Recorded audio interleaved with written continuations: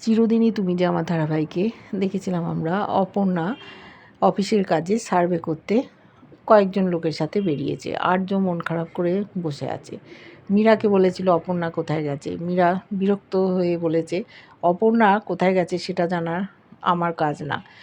এদিকে মীরা খুব সুন্দরভাবে সার্ভে করেছে।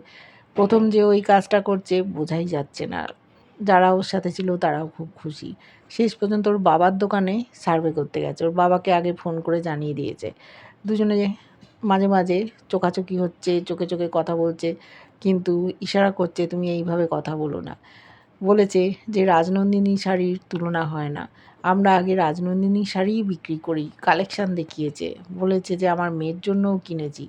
মেয়ে বলতে অপর্ণার দিকে তাকিয়েছে। অপু বলছে ধরা পড়ে যাচ্ছিল। তারপর অপর্ণা ইশারা করে বলেছে ওরম বলো না। ওরা খুব খুশি হয়েছে এই শেষ দোকানটায় এসে। অপর্ণা শেষে বলেছে উনি আমার বাবা। এদিকে জানতে পেরেছে আর্য যে অপর্ণার সার্ভে হয়ে গেছে। কিঙ্কর বলেছে, দৌড়ে বেরিয়ে গেছে। অপর্ণাকে লিফট দিতে চেয়েছে, ও লিফট নেয়নি। ওদের ভিডিও ছবি তুলে রেখেছে সন্তুর বাবা।